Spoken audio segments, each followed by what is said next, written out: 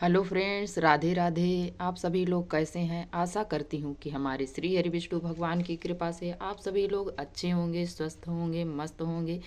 तो आप सभी को आज हम मोक्षदा एकादशी की बहुत बहुत शुभकामनाएं देती हूँ मित्रों। और आज की वीडियो में हम आप सभी को मोक्षदा एकादशी की व्रत कथा सुनाऊंगी और मार्गशीर्ष के शुक्ल पक्ष में आने वाली एकादशी, आज मोक्षदा एकादशी है, 11 दिसंबर दिन बुधवार है। तो एकादशी के दिन हम सभी को व्रत करें या ना करें, लेकिन एकादशी की व्रत कथा सुनने मात्र से वाजपेयी यज्ञ का फल प्राप्त होता है, 1000 गौदान का पुण्य फल प्राप्त होता है।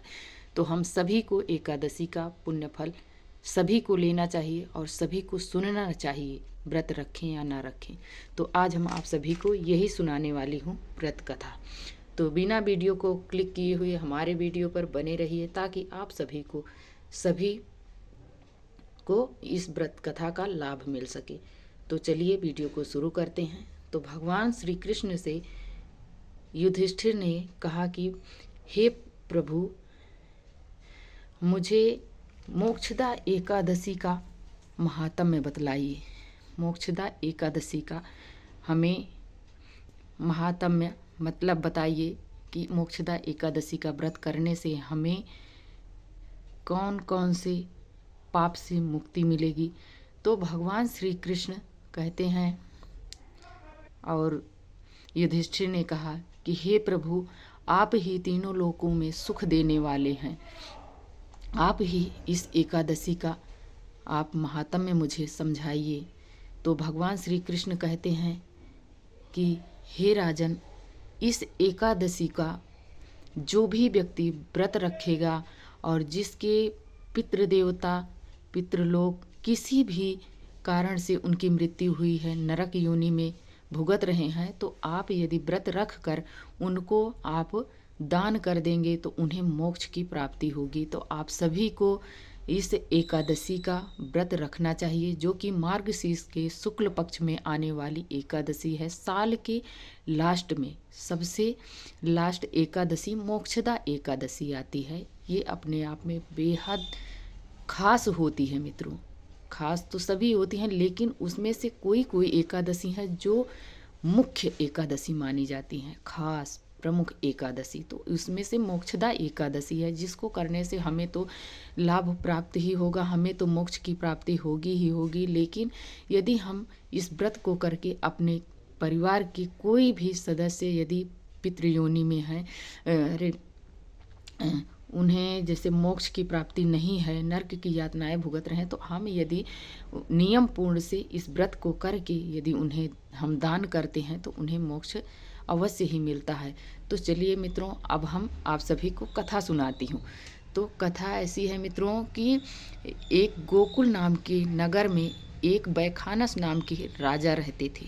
वो इतने धर्मात्मा थे, इतने धर्मात्मा थे, इतने अच्छे थे कि उनके नगर में रहने वाले सभी सदस्य बहुत प्रसन्न रहते थे। इतना प्रसन्न कि उन्हें ना किसी प्रकार की धन धान्य की कमी रहती है, ना किसी प्रकार का रोग व्याध उन्हें छू भी नहीं पाता था। इतने अच्छे थे, इतने अच्छे थे कि वो राजा जो थे वो अपने पुत्र के जैसे सभी प्रजा से व्यवहार रखते थे। तो उनसे सभी प्रजा बहुत प्रसन्न रहती थी। उनके नगर में ब्राह्मण बड़े विद्वान रहते थे, बहुत ब्राह्मण रहते थे। तो उनके नगर में जब इतना प्रसन्न, इतने खुश उनके नगर के लोग रहते थे, तो बताओ राजा कितने प्रसन्न रहते थे। वो भी बहुत धर्मात्मा थे, राजा बहुत खुश रहते थे। एक दिन उन्हें रात में सोते समय एक स्वप्न आया कि राजा बैखानस को एक स्वप्न आया कि उनके पिताजी जो थे वो नरक में यातनाएं भुगत रहे थे। उन्हें वो राजा से बोले कि बेटा, मेरे लिए कुछ ऐसा कार्य करो कि जिससे मुझे मुक्ति मिल सके, मैं यहाँ पर बिल्कुल तड़प रहा हूँ। तब राजा की नींद टूटे और उन्होंने अपने नगर के ब्राह्मणों को, विद्वानों को सभा बुलाई और बिठाल कर उन सभी से अपने स्वप्न की सारी चर्चा की।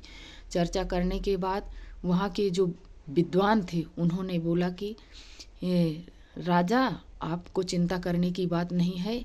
यहाँ से बहुत दूर नहीं है, 20 कोस पर एक पर्वत मुनि रहते हैं जो कि त्रिकालज्ञ हैं, भूत भविष्य वर्तमान को सभी को जानने वाले हैं। तो आप उनके पास जाइए, वो आपका इस प्रश्न का निदान निकालेंगे। तो उन्होंने बोला कि आप सभी को मेरे साथ चलना पड़ेगा। तो जब वहाँ गए सभी लोग, तो मुनि के आश्रम जब पहुँचे तो राजा ने दंडवत प्रणाम किया, साष्टांग प्रणाम किया, और वहाँ के जो संत थे उन्होंने इससे पूछा कि राजन, आप कैसे आना हुआ, आपका क्या बात है, आप बताइए। तो राजा ने बताया कि हे मुनि, मैंने तो धर्मात्मा हूँ, मैं ऐसा कोई कार्य नहीं किया हूँ कि जिससे मुझे किसी भी प्रकार की मुझे दंड मिले। और हमारे पिताजी भी बहुत धर्मात्मा थे, उन्होंने मेरे समझ से कोई ऐसा कार्य नहीं किया कि जो उन्हें नरक की यातनाएं भुगतनी पड़े। एक दिन मेरे स्वप्न में आए कि मेरे पिताजी कह रहे हैं कि बेटा, मेरे लिए कुछ ऐसा कार्य करो जिससे मुझे नरक से मुक्ति मिले, और मैं यहाँ पर बहुत तड़प रहा हूँ, मुझे बहुत यातनाएं भुगतनी पड़ रही हैं, मेरे कल्याण के लिए कुछ ऐसा कार्य करो कि जिससे मुझे यहाँ से मुक्ति मिले। तो उन्होंने, जब मेरी नींद टूटी तो मैंने अपने सभी नगर के विद्वानों को, ब्राह्मणों को बुलाया और ये चर्चा की। तो उन्होंने उसमें से कुछ विद्वान मुझे बताए कि वहाँ पर एक पर्वत मुनि रहते हैं, वो त्रिकालज्ञ हैं। तो आप मुझे बताइए इसका कोई निदान कि हमारे पिताजी को मुक्ति मिले, और मेरे रहते हुए यदि पिता को मुक्ति नहीं मिलती है तो ऐसे बेटा को रहने से कोई फायदा नहीं है।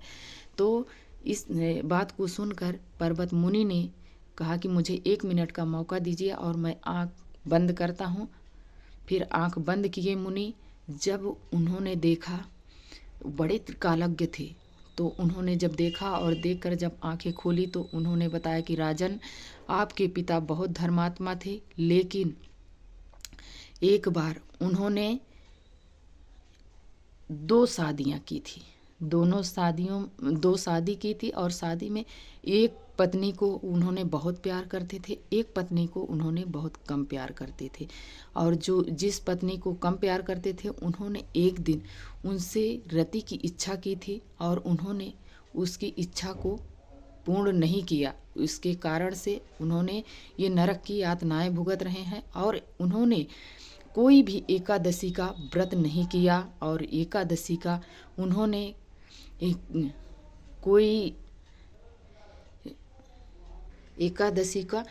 कोई महत्व नहीं समझा, और एकादशी के दिन उन्होंने चावल ग्रहण किया था, और ना ही उन्होंने एक भी एकादशी की, और ना ही किसी को कराया।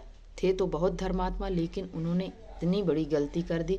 इसी के कारण से उन्होंने ये नरक की यातनाएं भुगत रहे हैं। यदि आप राजन, आपको मैं बता रहा हूँ कि जो अब एकादशी आने वाली है मार्गशीर्ष के शुक्ल पक्ष में, मोक्षदा एकादशी, इसमें आप 10वीं तिथि से आपको नियम का पालन करना होगा। यदि आप नियम का पालन करके व्रत रखेंगे और उन्हें इस व्रत को दान करेंगे तो उन्हें मोक्ष की प्राप्ति होगी। तो 10वीं तिथि से आपको ब्रह्मचर्य का पालन करना होगा और पूरे परिवार सहित आपको व्रत रखना होगा। एकादशी के दिन तुलसी माता को नहीं तोड़ना है, और एकादशी के एक दिन पहले हमें तुलसी तोड़कर रख लेना चाहिए। घर की साफ सफाई वगैरह कर लेना है, सात्विक भोजन करना है। 10वीं के दिन हमें एक बार भोजन करना है, और एकादशी के दिन एक बार फलाहार करना है, और द्वादशी के दिन हमें एक बार ही भोजन ग्रहण करना है। और जब हम भोजन ग्रहण करेंगे, पारण करेंगे, तब हमें ब्राह्मणों को बुलाकर भोजन पवाना होगा, और पवाकर ही हमें अपने व्रत का उद्यापन करना होगा। तो इस प्रकार से यदि आप व्रत रखकर अपने पिताजी को दान करते हैं तो उन्हें मोक्ष की प्राप्ति होगी। और इस दिन मोक्षदा एकादशी के दिन कृष्ण भगवान के दामोदर रूप की पूजा की जाती है। यदि आप कृष्ण भगवान को मंजरी सहित तुलसी आप समर्पित करते हैं तो आपको बहुत बड़ा पुण्य फल प्राप्त होगा। और इस एकादशी के दिन यदि कोई कथा सुनता है एकादशी की, और कथा सुनते हुए यदि व्रत रखता है, यदि नहीं भी व्रत रखता है, तो जो भी इस कथा को सुनते हैं उन्हें वाजपेयी यज्ञ का पुण्य फल प्राप्त होता है, 1000 गौदान का पुण्य फल प्राप्त होता है। तो हमें ज़रूर सभी को सुनना चाहिए। और इस व्रत को जब राजा ने सुना मुनि के यहाँ से, तो वापस आए अपने घर, और जब मोक्षदा एकादशी आई तो उन्होंने पूरे परिवार सहित नियम पूर्ण इस व्रत को रखा। और रखने के बाद इन्होंने जिस प्रकार से मुनि ने बताया था उसी प्रकार से, ठीक उसी प्रकार से व्रत रख कर, और दूसरे दिन जब उन्होंने पारण किया तो पारण करने के बाद जब पारण करने का समय आया तो उन्होंने हाथ में पुष्प और कुछ दक्षिणा लेकर अपने पितरों को, ये जो व्रत किया था मोक्षदा एकादशी का, उन्होंने संकल्प लेकर अपने पिता को दान किया। जब दान जैसे ही किया, उनके पितृ जो हुए वो वैकुंठ लोक से पुष्प विमान आया श्री हरि विष्णु भगवान का, और उसी पे वो विराजमान थे। उन्होंने राजा को आशीर्वाद दिया कि जाओ बेटा, आप पिता को उन्होंने धन्यवाद दिया, और धन्यवाद देकर उन्हें मोक्ष की प्राप्ति हो गई। उन्होंने चले गए, और